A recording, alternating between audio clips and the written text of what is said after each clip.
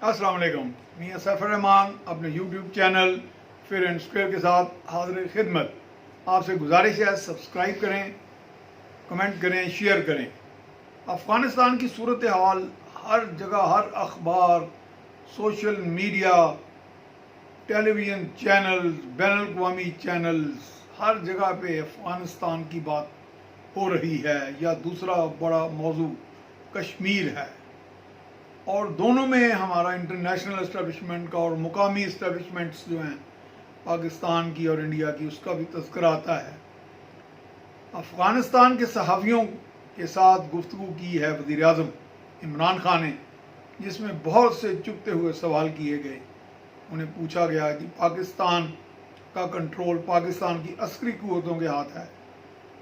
उन्होंने कहा ऐसा नहीं है। फिर वज़ीर आज़म ने भी बहुत से सवालों के बरमला जवाब दिए, जिनमें यकीनन बहुत से हमारे खदशात लोगों के दूर हुए, और बहुत से जो अफ़गानिस्तान में पाकिस्तान के बारे में गलतुलाम तसव्वुरात पाए जाते हैं उनको भी डिस्पेल किया गया, उनको भी ज़ाइल किया गया, उन तासुरात को।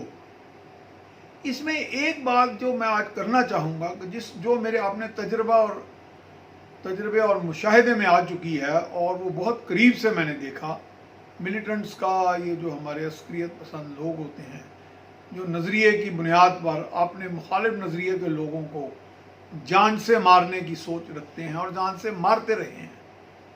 और इसीलिए मैं बार बार कहता हूँ, इसको अमेरिका की जंग कह लें, पाकिस्तान की जंग कह लें, ये सब फजूल मुबाहिसे बहस हैं। मरने वाले मुसलमान हैं, मारने वाले मुसलमान हैं। ये कैसे किसी और की जंग हो गई? ये तो जंग ही मुसलमानों की होगी, क्योंकि जब दो फरीक लड़ते हैं, एक मर जाता है, एक मार देता है, कभी दूसरा हावी हो जाता है, कभी पहला हो जाता है।